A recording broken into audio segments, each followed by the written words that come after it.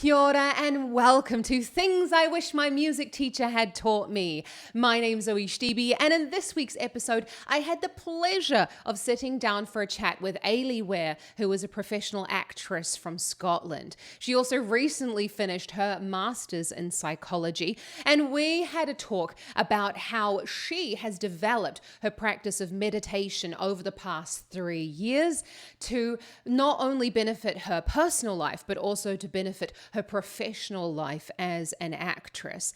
Eilidh also teaches and guides people through meditation. So check out the link in the description below for more information on her. We discussed how Eilidh got into meditation, how she feels meditation has helped her as an actress, and also some ways in which you can start meditation immediately to help benefit your own music practice and for things like auditions, for performances, for all sorts, including concentration and implementing habits into your daily schedule. So I hope you enjoyed. I had an awesome time chatting with Eilidh. We could have talked for hours, but let's get to this week's episode of Things I Wish My Music Teacher Had Taught Me. Eilidh, I wanted to welcome you to the podcast. Thank you so much for joining me here today on Things I Wish My Music Teacher Had Taught Me. Thank you so much for having me. I'm so happy to be here. It's really cool. Honestly, I love what you've been, producing on Instagram and things like that. And obviously, we know each other for quite a while from London. Yeah, years so now. It's crazy, isn't it? When I look on Facebook, it's like Facebook tells you everything. Yeah. With the pop-ups of memories. Yeah. But first things first, can you tell us a little bit about who you are and what do you do? Yeah, absolutely. So, hi, my name's Eilidh, Eilidh Weir, and I am a few different things. I'm an actor. I studied in musical theatre, and I do lots of stage and lots of children's theatre stuff, bit of voice acting. But I also teach meditation. That is my kind of side gig, as all actors have. So I teach meditation, and I also do Reiki, which is a form of energy healing. Some people might know, some people might not. Have a Google. And I also do tarot reading. So yeah, I wear many hats. It depends on the day that you ask me what I do. That's fantastic. I think, honestly, I don't know an actor that just acts. Exactly. You need to have something else. Yeah, exactly. But that's what keeps things interesting, right? Like because I really like that. For me, I do like loads of different things, and I really, really enjoy it because they're my hobbies as well as being things I love to share with people. And they're also, it never really feels like work if you really enjoy it.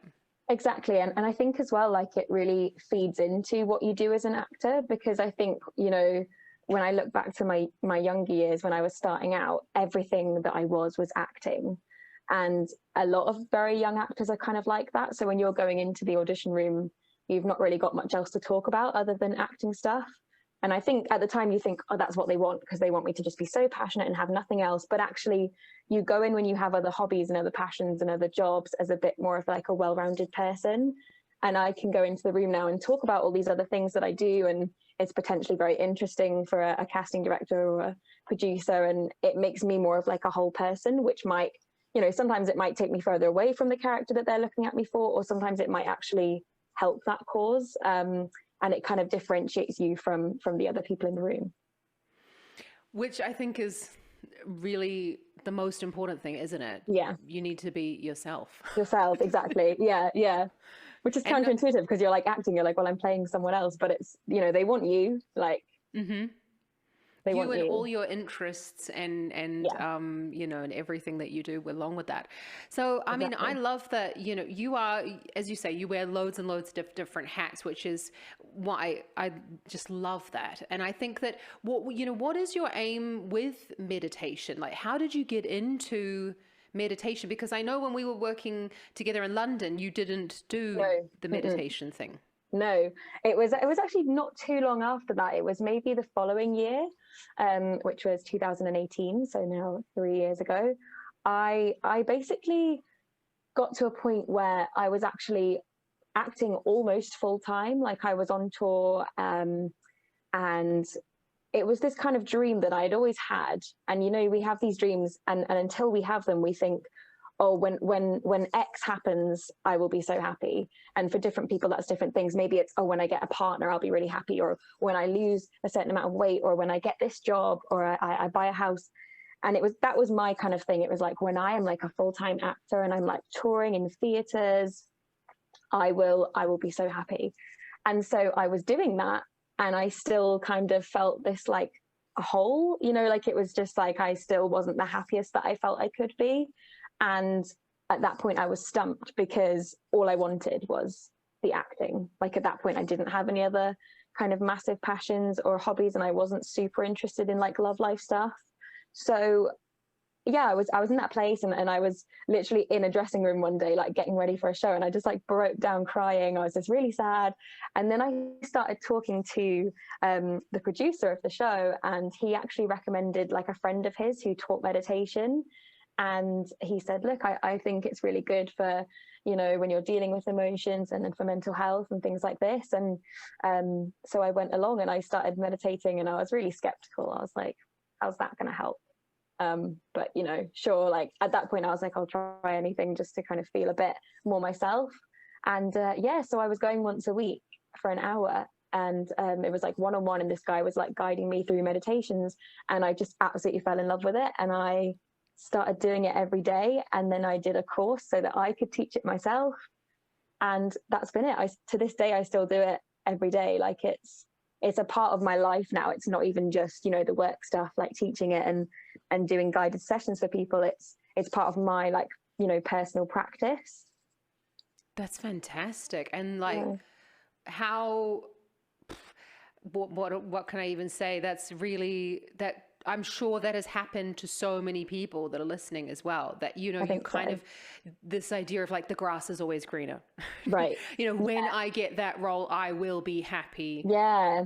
When and I you reach move the finish line. Yeah, exactly. You move the finish line, you think, you know, you do get maybe that thing, and you think, okay, well, it wasn't that, so this next thing, and then this next thing, and you can keep going until a certain point. And at the end of the day, as I don't know, pessimistic as it might sound, there's no one thing that you can do or have or achieve that will be the thing that makes you feel, oh, this is what I was waiting for. Like, you just have to find that in the little things in every day in yourself, and the things that you do and you aim for. And, you know, it's still important to have goals, but those things are like pluses, like they're additions to your life. Your life just needs to be good as you, living as you, and, you know, full stop. And then you have to do these other things on top that are fun and that you really enjoy and that feel fulfilling. But those can't be the things that you wake up for every day, in my opinion. Mm-hmm. Yeah, I like that, in my opinion. I think, well, you know, because it's, yeah, absolutely. Because honestly, I think the creative industry, right? Like there's this, the ideas and the kind of the way in which we're taught. I mean, sometimes it's like polar opposites as well. And people say, you know, you must live, breathe, drink, eat, everything to do with acting. Otherwise you are not an actor. And, you know, I'm like you. I think that actually you've got to have hobbies and interests and things away from it, because if you don't have these life experiences, how on earth are you going to be able to communicate those things on stage or screen or to someone else if you haven't sort of, not that you have to, if you're going to play a druggie on stage, that you go and have to do a bunch of drugs, but you need to have had a certain amount of life experience with other people. Exactly.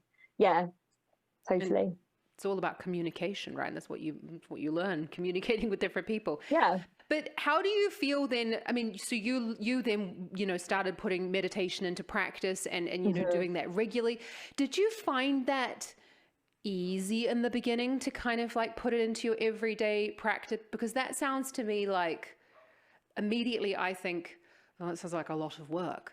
Yeah, I completely get that. And I think that's what a lot of people sort of struggle with. And that's what stops people from starting it as a habit, as opposed to like a one-off, you know, every now and then when they're feeling stressed thing. For me, it didn't really feel like that much of an effort, because I had been introduced to it on a weekly basis at first. And I loved it so much that I genuinely wanted to do it every day. And then as you very quickly see the results, you know, you then do just want to continue doing it. So I think it's one of those, Yeah, once you start doing it, everyone always loves it and they're totally hooked. It's just getting yourself going. And that's like so many things, right? Like it's the same for like singing practice. Like sometimes people can be very like, oh, but I can't really be bothered doing it. But then, you know, if you do it for a couple of days or a couple of weeks, you can notice that your voice can go a bit higher, or you do feel a bit more comfortable, and you think, oh yeah, it's paying off, and then it's more worth it. And same with like going to the gym. There's that like, oh, I need to go. And then once you do go a lot, you kind of can't imagine not going. It's like you just have to do that, get yourself over that first little bump of resistance and kind of, oh, I can't be bothered, or I don't have time, or whatever it might be. And once you do get past that, I think the results just kind of show themselves, especially with meditation. But it makes it become less of a chore because the positive well outweighs the negative of like the time or whatever. Fantastic. Yeah. I mean, that whole idea of like, I'm a big fan of like saying motivation is a bit of a lie. I think that it's about creating a habit, especially when you're, you know, I think meditation, would you consider it to be a skill? Then, I mean, you've learned, right, that skill of meditating. Yeah. And that's where when people say, oh, I've tried meditation, I'm not very good at it. I mean, if I pick up a trumpet today, never having done it before, I'm not going to be good first time, or even maybe second, or even like the 10th time. Like you're going to have to keep doing it. So it definitely is. They call it a practice. You know, it's referred to as a practice because it really is. Like I don't know that anyone is like naturally good at meditation. I don't know that it's worked that way. I think it is a total skill and a practice that you work on and you build up. Wonderful. Yeah, absolutely. This idea of like, you know, practicing it, that's like yoga as well as, and like a lot of things that people, you know, that are relatively good for us, but a lot of people say, oh, I'm not very good at that. And just kind of like pop it in the too hard basket. But how do you feel like meditation and your practice of meditation has helped you or changed your perspective as a performer? Has it helped? Do you feel like it's helped you? Yeah, definitely. Because in two ways, like it has helped me specifically in terms of performing in a few ways that I'll talk about in a moment, but also just because, as we were discussing earlier, like it's helped me as a person. And so because as a performer, you are always you at the core under whatever song you're singing, whatever role you're doing. So if you are just feeling better in yourself, about life, that's going to translate. So because it makes me feel better in general, like it helps me in that sense, which does lead on to performing, but also in terms of performing, like it can like lower, you know, any nerves that you're having. Like if you're in a really high kind of like fight or flight state, like even just some deep breaths can really bring that down. And obviously, I'm sure we've all been there, like any singers, when you're feeling nervous, you know, there's stuff your voice can do and it's just not doing it in the room, in the audition, and you're just like, oh. And if you can get yourself relaxed, then you know that your voice is going to sound better. And the same with not even just singing, but just with performing in general.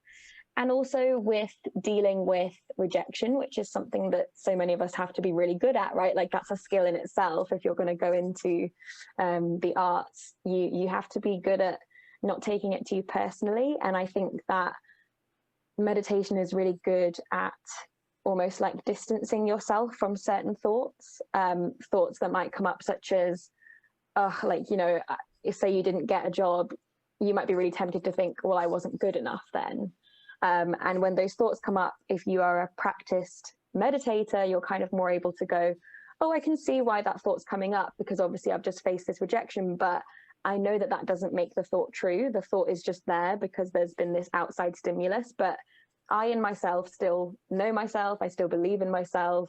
I did my best. And, you know, you're just able to kind of distance yourself a little bit from the thoughts that can be quite harmful when you're experiencing a lot of rejection, which is totally normal to have those thoughts, but it just keeps you a little bit, you know, you don't get so kind of, I don't know, drowned in them. Amazing. I think that, yeah, anyone who's sung, performed, acted, gone up for it, you don't even have to have gone up for anything to have experienced that type of rejection, because that can even just come from, you know, a singing lesson and have, you know, maybe cracking on a note, and then those thoughts start to come up and say, you know, I'm not good enough, I can't sing, I can't hit that note. Alicia Keys is so much better than me. And, you know, I think that, you know, that's what I love about the, you know, your work with meditation. That's why I, you know, I asked you to come on, because I think that it's really helpful for people to to know that this is not something that we're just born with. This is like a meditation and distancing ourselves from those kind of unhelpful thoughts is something that we need to practice and get better at. And this is a learned skill. And I think a lot of people just think that, oh, well, I'm human, I have a brain, I should have realized that. And I should know better. And but actually it takes time, and we work on those unhelpful thoughts for a really long time, and we kind of practice them in. So really to kind of like be able to distance ourselves from them, that takes just the same amount of time often. Exactly. And you know what? I just thought of another one as well, because as you were talking, I did that thing where I was listening, and then I remembered I could see myself, and I went, oh, I'll just fix my hair. And then I went, oh, you're not being present, pay attention and listen again. And I think so many times in the past before meditation, I could be having a conversation with somebody else, and I'm like not there listening when I'm not talking.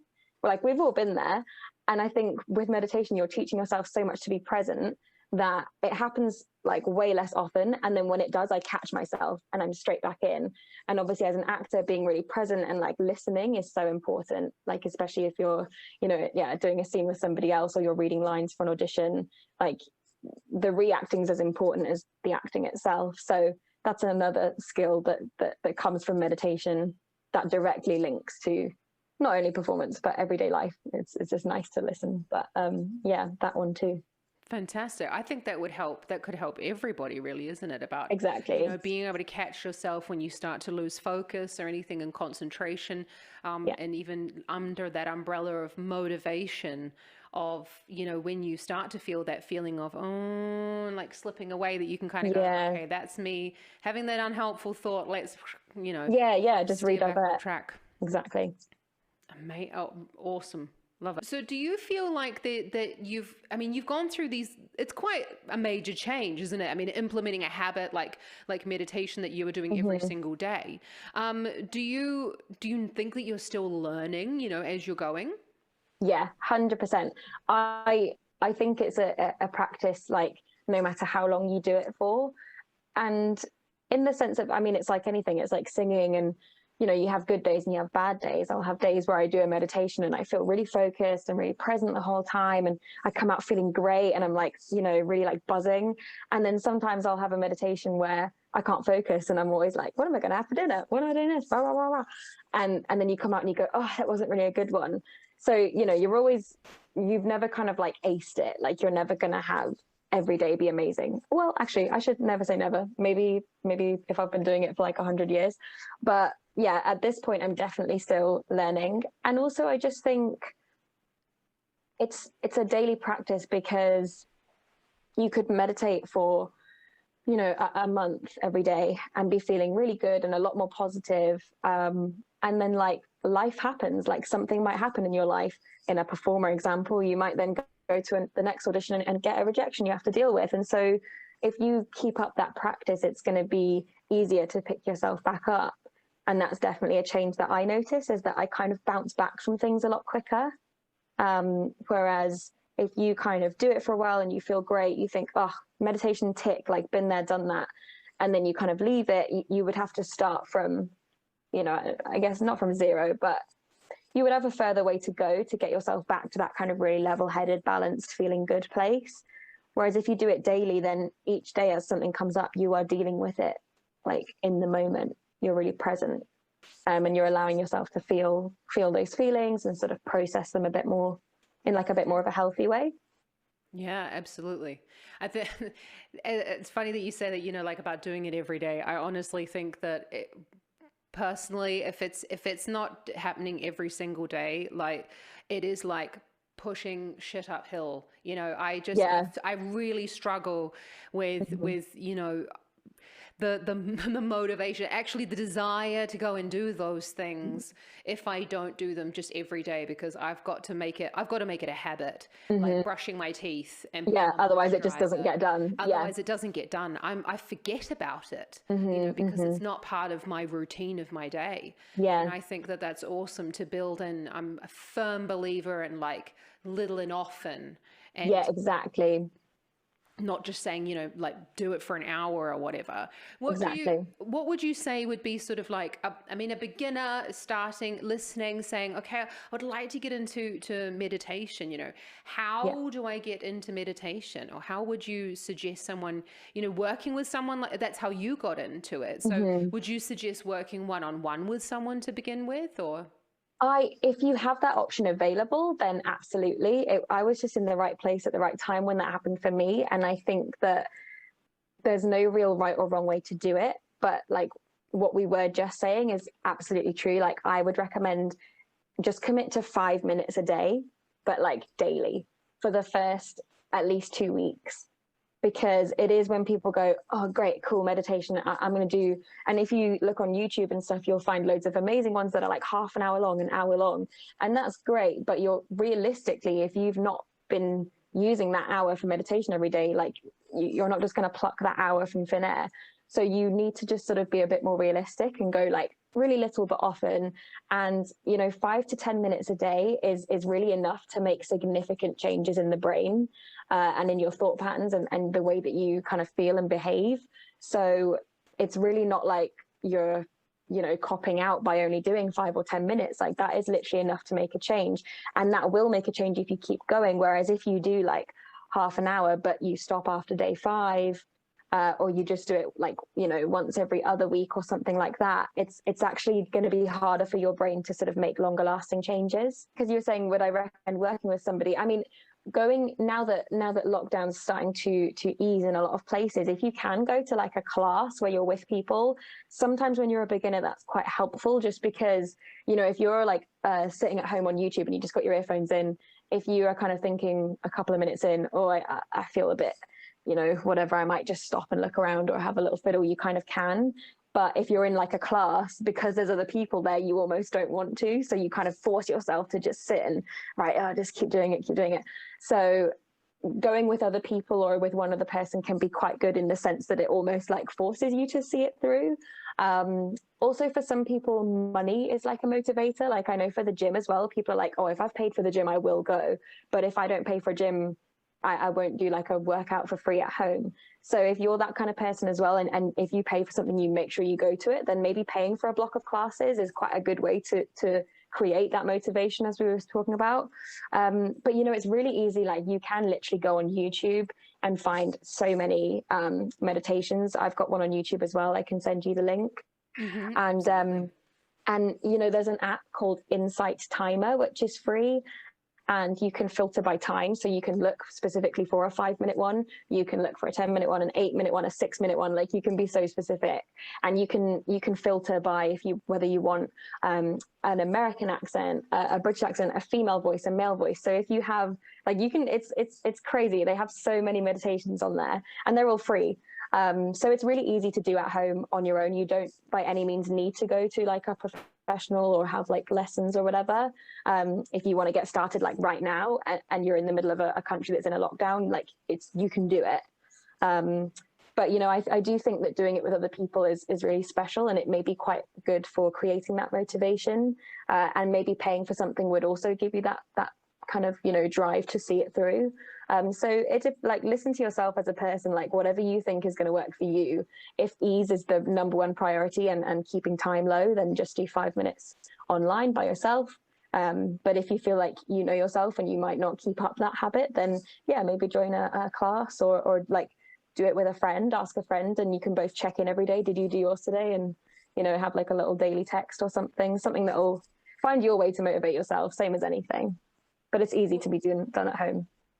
Yeah, and I think that's, you know, I don't want to say thank you to Corona for too many things, but, you know, thank you for the lockdown in terms of the amount of resources that are now available online. Yeah. Like, could we even have imagined 18 months ago that there would suddenly be like, I don't know, the fitness YouTuber I followed, you got 1,000 workouts online. Yeah. And it's like, what? You've Exactly. got so much more opportunity now. There's really no excuse, is the way that I see it now. You know, no matter what your budget is, everybody is online and every teacher is online as well. So what better chance to do it than now?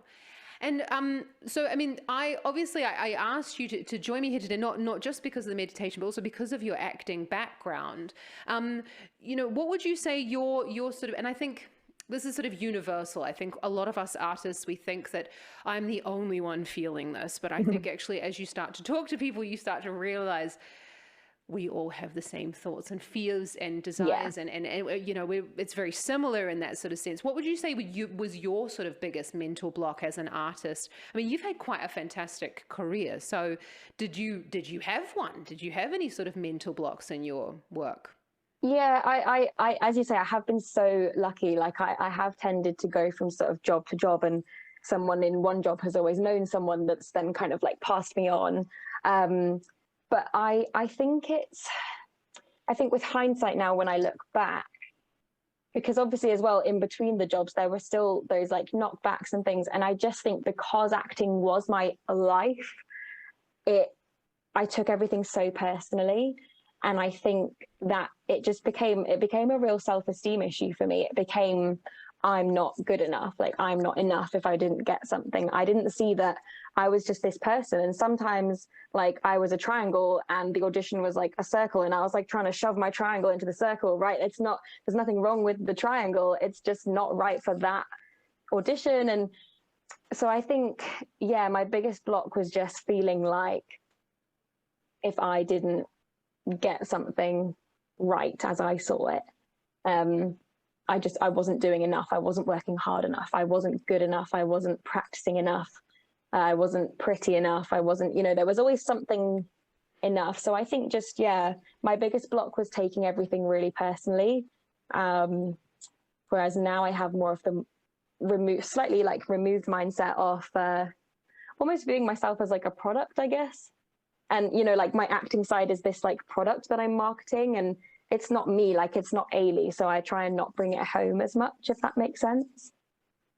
That's so interesting that you say that, because I was just having a talk to Taryn West, who is a life coach, and that's exactly what actually in my work with her is exactly, and even with my like business consultant, talking about that, that we take this stuff so personally, and you've got to see like even teaching as it's your product and it's not you. Yeah, exactly. And that's like a massive learning curve that I'm going through now in my teaching and things like that. And I think as a performer, I think I'm definitely not there yet on the performing side. I still take things incredibly personally.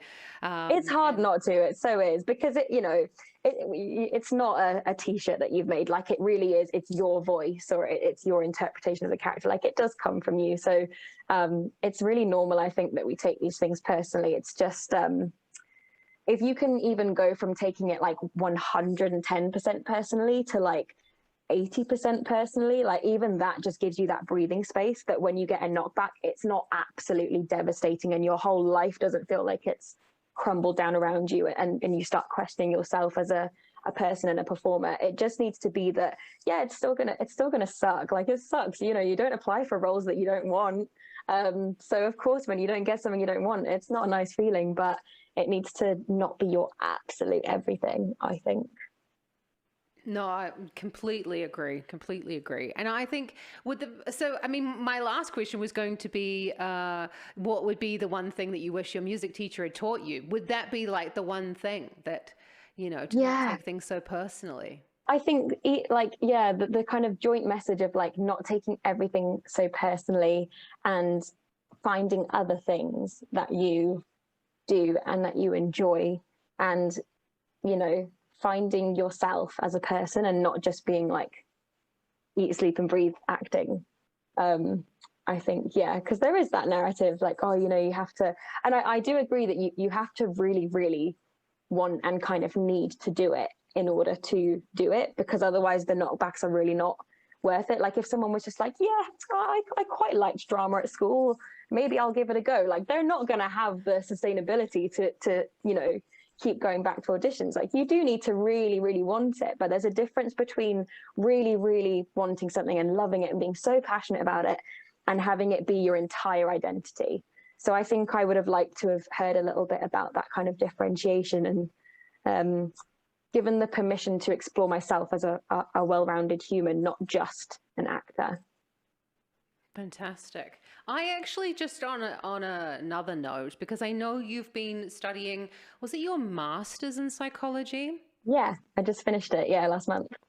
Congratulations. Thank That's you. so cool. Yeah. And so I actually am really curious about, did you learn anything about and probably that was part of your studies, to the effects of meditation, like from a science perspective on the brain? The course was made in such a way that it was very cool. You could almost sort of go off and specialize on different things that you wanted to. And in my sort of preparation for my meditation teaching certificate, I had done a lot about the science of meditation. So I purposefully didn't look into that for the master's because I wanted to learn, new things that I wouldn't have otherwise had the chance to learn. So not specifically on the course because I kind of steered myself away from it, but in general, I remember when I was studying the meditation teaching stuff, there is some amazing stuff that you can read out there all about.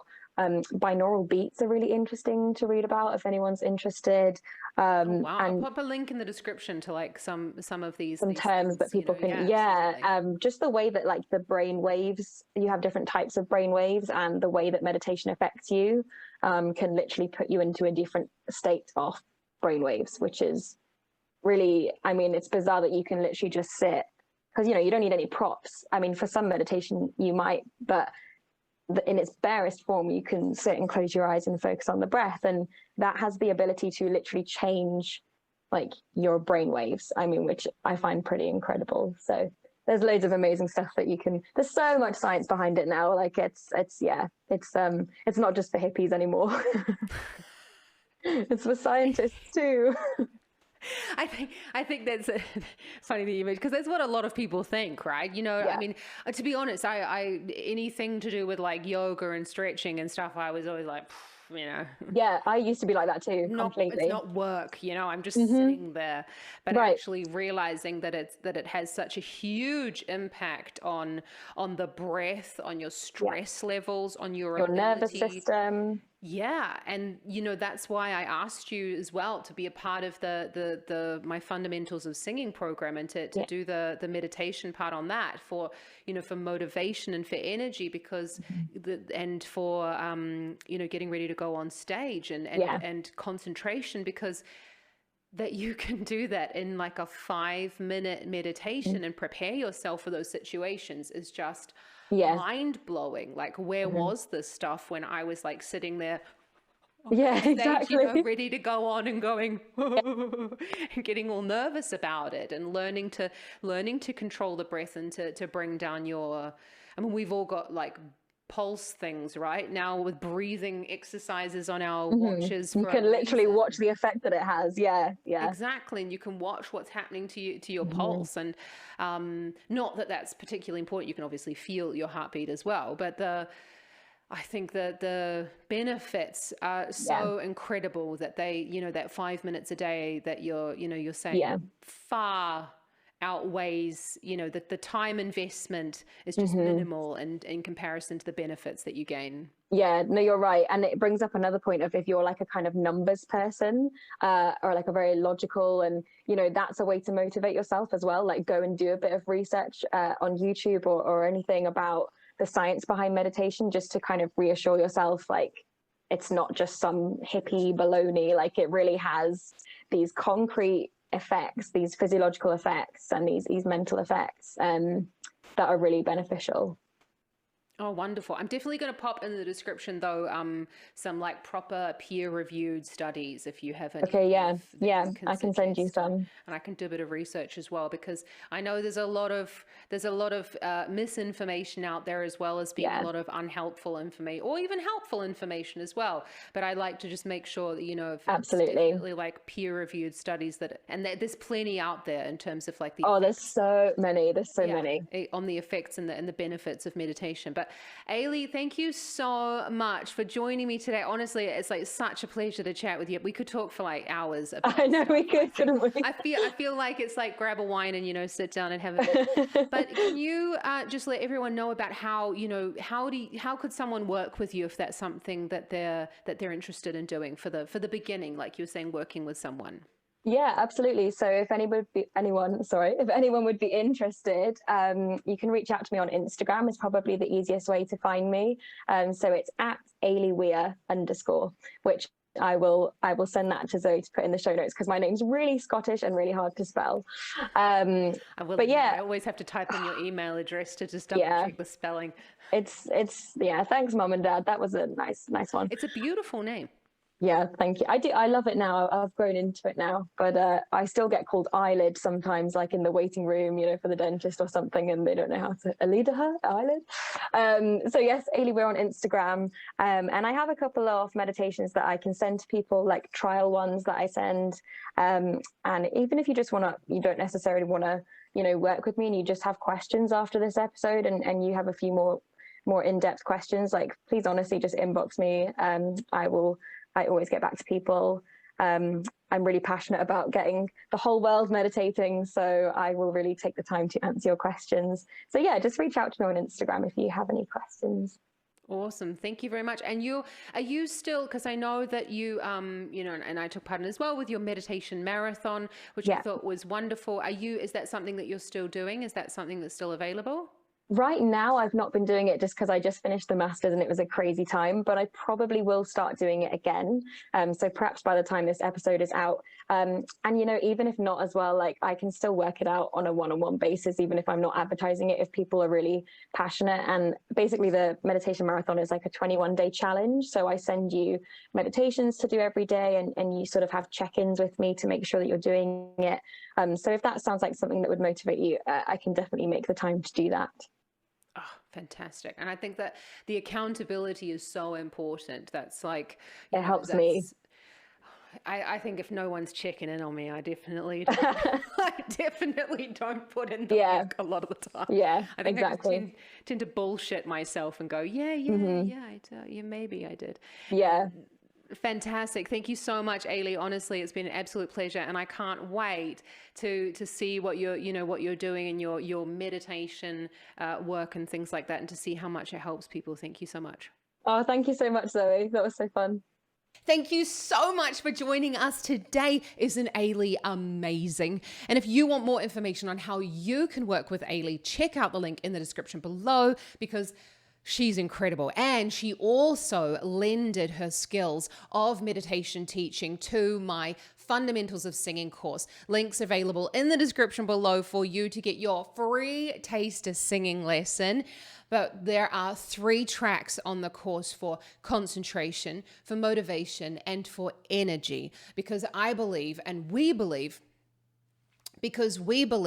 that through focusing before you start your practice, you're going to be able to get so much more out of a short period of time. And that way you can use these tracks just in your earbuds before you go in for an audition or before you go into your singing lesson, just to bring yourself back into the concentration mode, ready for an awesome performance. So thank you so much for joining me here today, everyone. Honestly, I really look forward to the series, Things I Wish My Music Teacher Had Taught Me, where I am going to be chatting with performers, musicians, dancers, directors, people in the performing arts industry, so that you can get a real look at what it's like for us as professionals on a day-to-day basis, and what we believe our music teachers should have taught us. Now, that does come with a caveat. Of course, I definitely do not believe that music teachers should be able to teach us everything. We obviously have to learn through experience. It's a little bit of tongue in cheek, because I think that we have grown over time, and these are just things that we wish we could tell our younger selves. So if you've enjoyed it, don't forget to hit that thumbs up. Hit the subscribe button, hit the thumbs up, give this video a big thumbs up, and hit that subscribe button, because I bring out because I plan to bring out interviews just like this one every single week. I'll see you next time. Ka kite anō.